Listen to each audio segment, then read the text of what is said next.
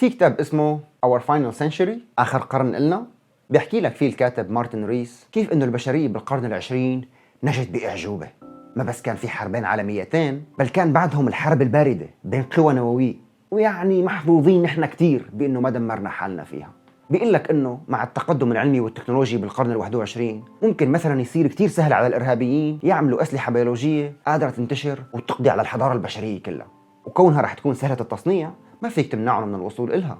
أو ممكن علماء بمختبر عم يعملوا تعديلات جينية على شي كائن ميكروي وبالغلط يطلع وينتقل لبرا المختبر ويعمل كوارث. أو إنه يصير شي شبيه مثلا بس بمجال الروبوتات النانوية النانوبوتس. وقديش عطانا كبشرية احتمال نجاة واستمرار بهذا القرن؟ 50%. تخيل لو إنك مرضان وعطاك دكتور فرص نجاة 50%، شيء خطير ومخيف كتير. كل هذا التخوف عنده مبني على فكرة بأنه التقدم المعرفي أدى لأننا نمتلك قوة مدمرة، والمعرفة اللي رح يتم خلقها بالمستقبل ممكن تكون لسه مدمرة وخطيرة أكثر من أي وقت مضى. شو العقلية المناسبة للتعامل مع هيدي الحقيقة؟ هذا اللي رح نناقشه اليوم. أنا اسمي جابر وأنت عم تحضر ريبلز، قناة بتحترم إنه عندك عقل وإنك بتحب تشغله. اشترك بالقناة إذا كنت جديد هون، زر السبسكرايب تحت زر اللايك بشوي، وإذا كنت مشترك سلفا بذكرك بأنه القناة مستمرة بفضل الداعمين على باتريون، مشكورين جدا. عدد الداعمين تناقص شوي مؤخرا، فإذا بإمكانك تدعم هالشي بيعني كتير إلي ولكل حدا بيتمنى القناة تستمر بس ما قادر يدعمه. وإذا ما بإمكانك فنشرك للفيديو دعم مجاني ومهم ومشكور جدا. شكرا لاهتمامك وخلينا نبلش.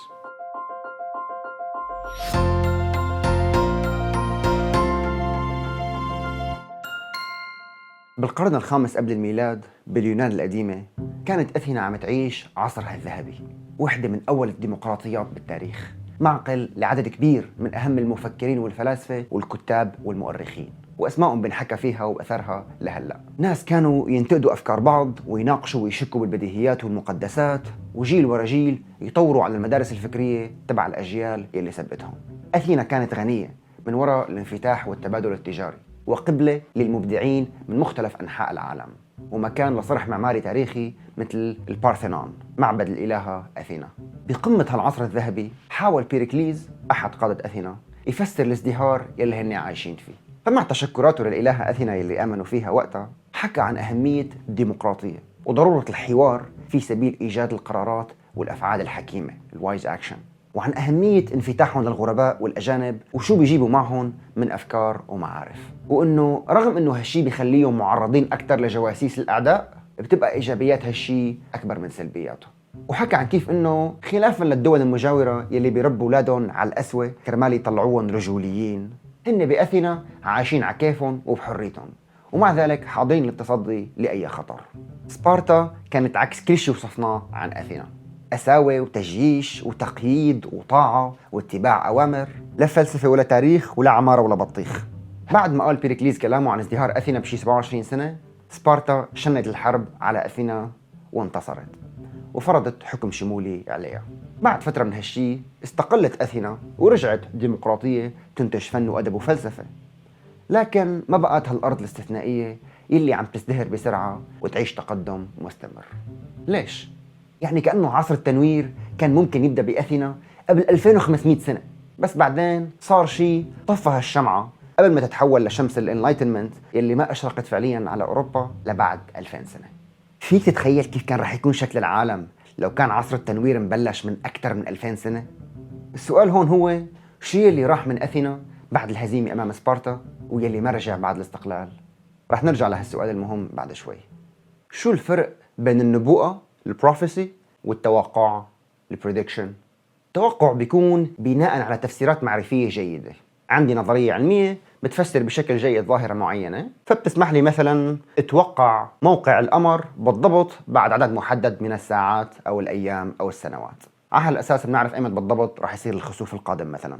أما النبوءة البروفيسي هي ادعاءات حول المستقبل غير قائمة على تفسيرات جيدة.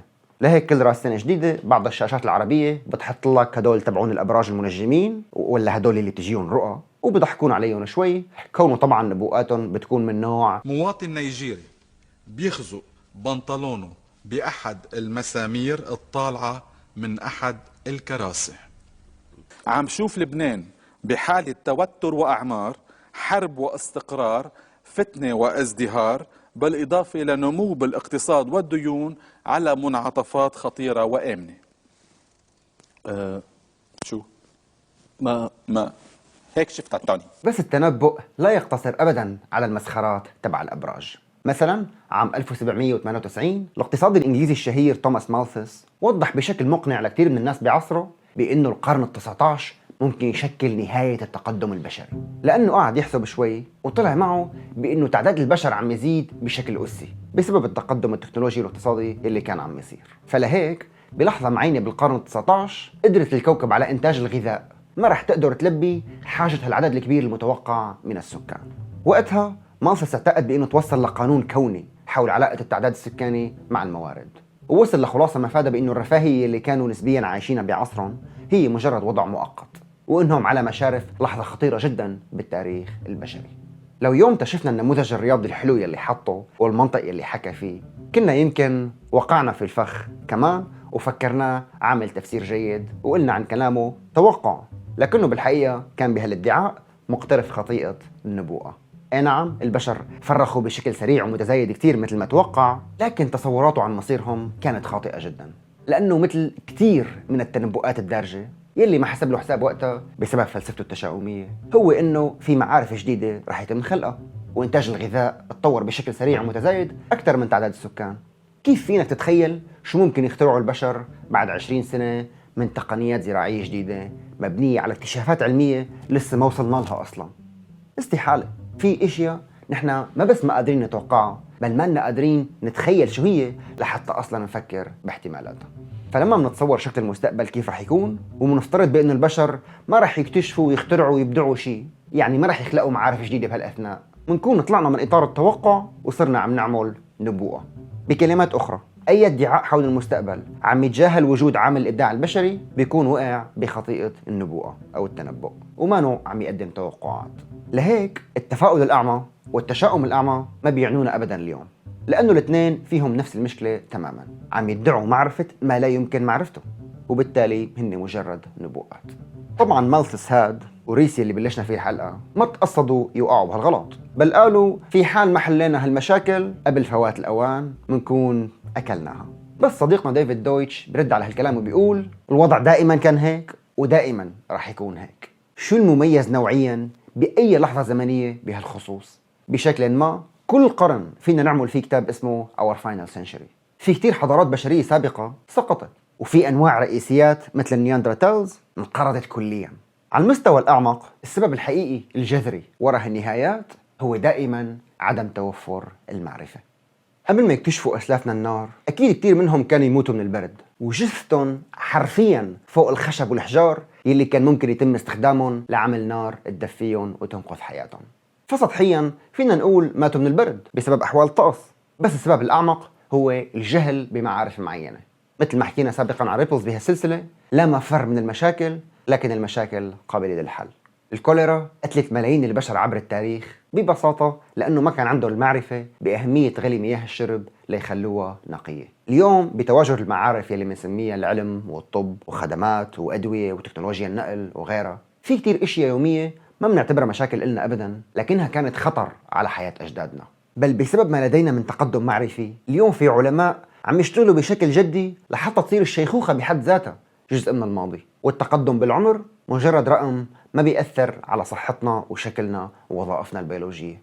وربما خلال هالقرن رح نصير من هالناحية خالدين immortal، بمعنى أنه لأول مرة بالتاريخ البشري الشيخوخة ما رح تكون السبب المقبول المعتاد للموت، بل مشكلة أخرى تم حلها مثل أي مرض اليوم بناخذ له دواء ومنصح منه.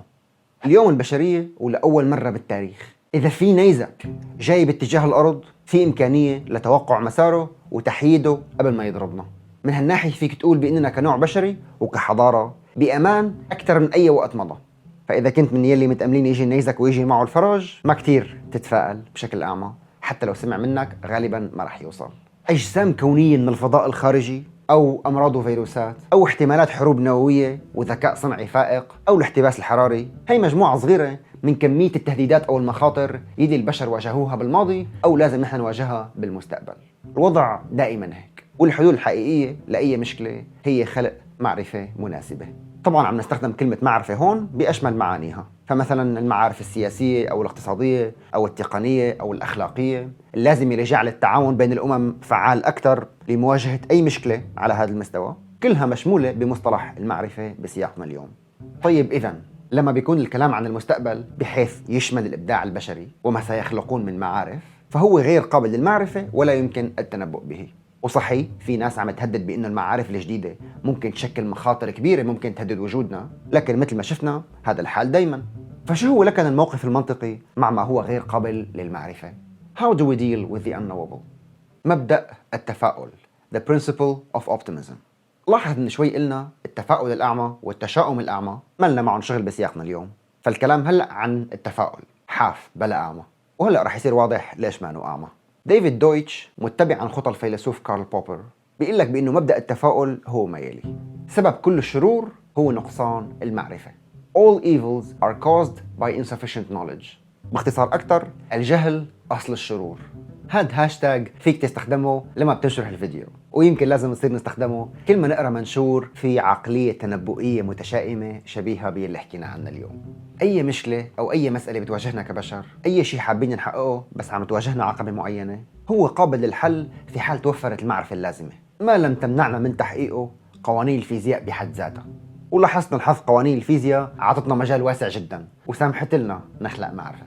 لاحظ الاعتراف الصريح عند المتفائل بأنه المشاكل موجودة دائما، خلافا للمتفائل الأعمى تبع والله everything will be fine. لكنه خلافا للمتشائم الأعمى مدرك كمان بأنه المشاكل قابلة للحل، ما أنها مستحيلة الحل، من الممكن إنتاج المعرفة اللازمة لحلها. ليعلق ببالك مبدأ التفاؤل، اسمع قصة السجين المتفائل. المرة في سجين حكم عليه بالإعدام من قبل ملك مستبد، لكنه قدر يقنع الملك يأجله تنفيذ الحكم مقابل بأنه يعلم حصان الملك الكلام خلال سنة. قام سأله زميله بالحبس بشيء من الاستهجان: شو خطر لك تعمل هالصفقة العجيبة مع الملك؟ قام قال له السجين المتفائل: ممكن كتير اشياء تحصل بسنة واحدة، ممكن يموت الحصان، ممكن يموت الملك، ممكن أنا موت، وممكن الحصان يحكي. الحلو بهالقصة قديش هالسجين على دراية بحقيقة بأنه ما ممكن التنبؤ بشيء، وبكرة غير اليوم، وأنه الحياة أحسن من عدم الحياة. بنظر ديفيد دويتش، الشيء اللي مات بأثينا ولم يعاد إحياؤه بعد الحرب مع سبارتا هو التفاؤل. بيحكي لك بأنه يمكن الأثينيين يلي كانوا بزمانهم متفائلين حسوا بعد الحرب بأنه ربما سكان سبارتا كان معهم حق بأسلوب حياتهم القاسي الجامد المبني على قيم الطاعة والانغلاق والاتباع، وأنه مبدأ التفاؤل اللي كانوا هن متبنينه خاطئ. ومعذورين بنظره الأثينيين وغيرهم من سكان الحضارات المؤقتة يلي كان يبدو بأنها رح تقلع وتبدأ عصر تنوير مستمر التقدم قبل ما يصير شيء ويقضي على التفاؤل عندها، مثل ما صار كمان بفلورنسا ويمكن بالعصر الذهبي الإسلامي وغيرهم من الميني انلايتمنتس. هن معذورين إذا غيروا منظورهم التفاؤلي لأنه ما كان عندهم مثلي ومثلك هلأ دراية بمدى قدرة العلوم الهائلة أو حتى استيعاب لمفهوم قوانين الكون بالشكل اللي بنعرفه اليوم. لكن بيقول لك دويتش لازم نحن ما بس نعطف عليهم، بل كمان لازم ناخذ الأمر بشكل شخصي، لأنه لو نجحت أي وحدة من هالتجارب المبكرة بالتفاؤلية يمكن كان نوعنا البشري هلأ عم يستكشف النجوم، وكنا أنا وأنت immortal خالدين. بتمنى تكون أفكار هالحلقة مثل ما قدمت لي تكون قدمت لك إطار جديد تنظر من خلاله للمستقبل ولموضوع التفاؤل. شكرا لوقتك ومتابعتك. إذا حبيت الحلقة اعمل لها لايك وانشرها مع أصدقائك، يمكن نحن كتير بحاجة هيك نوع من التفاؤل هيدي الأيام. وإذا بتحب تساهم باستمرار القناة اضغط على هالمربع بنص الشاشة لتدعم بالمبلغ يلي بيناسبك. اتذكر تفعل جرس التنبيهات لشوفك بالحلقة الجاية. سلام.